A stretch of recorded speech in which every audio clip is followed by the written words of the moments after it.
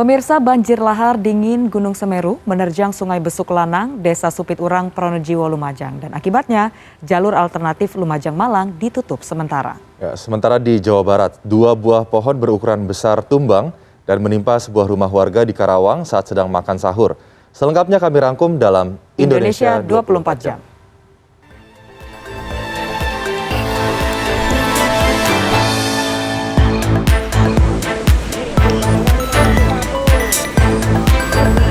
Banjir lahar dingin Gunung Semeru menerjang Sungai Besuk Lanang, Lumajang, Jawa Timur pada Minggu sore. Peristiwa ini terjadi setelah kawasan Gunung Semeru diguyur hujan dengan intensitas tinggi. Relawan BPBD Kabupaten yang berjaga langsung meneriaki para pengguna jalan yang melintas di jalur alternatif Lumajang Malang untuk segera keluar dari jalan yang ada di pinggiran sungai. Hingga kini status Gunung Semeru masih berada di level 3 atau siaga.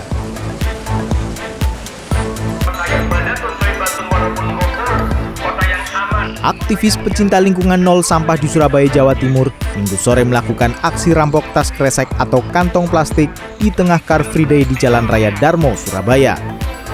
Aksi ini sebagai upaya sosialisasi aturan pengurangan penggunaan kantong plastik di Surabaya sesuai Peraturan Wali Kota Nomor 16 Tahun 2002 yang mulai diterapkan pada 9 April 2022.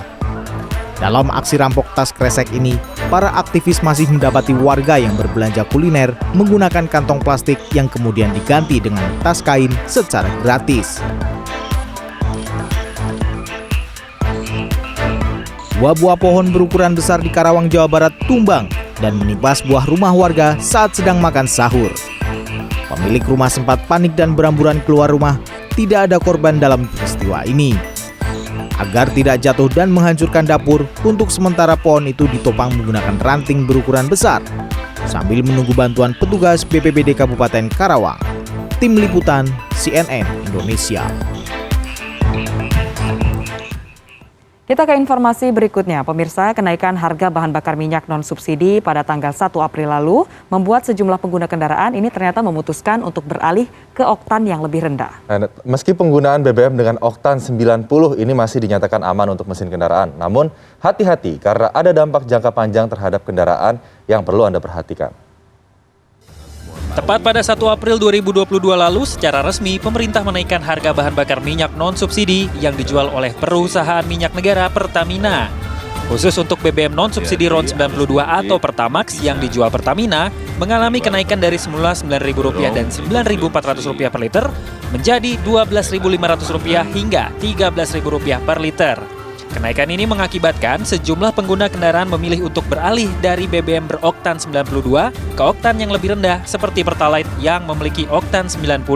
Kan Mas tahu nih kalau harga BBM Pertamax nih naik. Nah, Mas sendiri sebelumnya pakai BBM apa nih Mas, kalau boleh tahu? Pertamax. Pakai Pertamax. Nah, sekarang kan Pertamax sudah naik nih. Rencana migrasi nggak ke RON 90 atau Pertalite gitu? Iya, pasti sih. Alasannya kenapa? Ya, alasannya karena selain RON yang nggak terlalu jauh, harganya juga ini udah mahal gitu. Ya. Nah, Pertalite lebih masuk akal harganya? Iya, masih masuk akal. Nah, ada kekhawatiran sendiri nggak sih kalau dari Pertamax pindah ke Pertalite itu akan ngerusak mesin atau bikin mesin kotor, khawatir nggak? Iya, pasti sih ya. Ya namanya juga pindah kompresi gitu kan ya, pasti ya agak khawatir juga gitu. Pengamat otomotif sekaligus Group Editor-in-Chief and Publisher Automedia Group, Munawar Khalil menyebutkan bahwa beralihnya konsumen ke BBM subsidi pasca kenaikan harga BBM tentu akan memiliki konsekuensi, khususnya terhadap performa dari kendaraan yang dimiliki. Gejala yang umum ya, yang terjadi, orang masih kaget gitu. Besok-besok juga bakal balik lagi ke Pertamax. Kendaraan yang biasa pakai Pertamax, pakai Pertalite, turun di bawahnya lagi, ya kan lebih irit. Ya tapi juga harus siap. Ngegasnya nggak seenak ngegas Pertamax gitu ya. Lebih lelet, ngelitik ya. Apakah mesin akan rusak secara langsung? Mungkin enggak.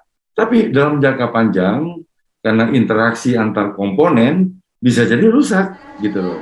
Meski begitu, Khalil menambahkan para pemilik kendaraan diminta untuk terus melakukan perawatan rutin, khususnya di sektor pompa bensin internal dan juga mesin kendaraan guna menjaga performa kendaraan.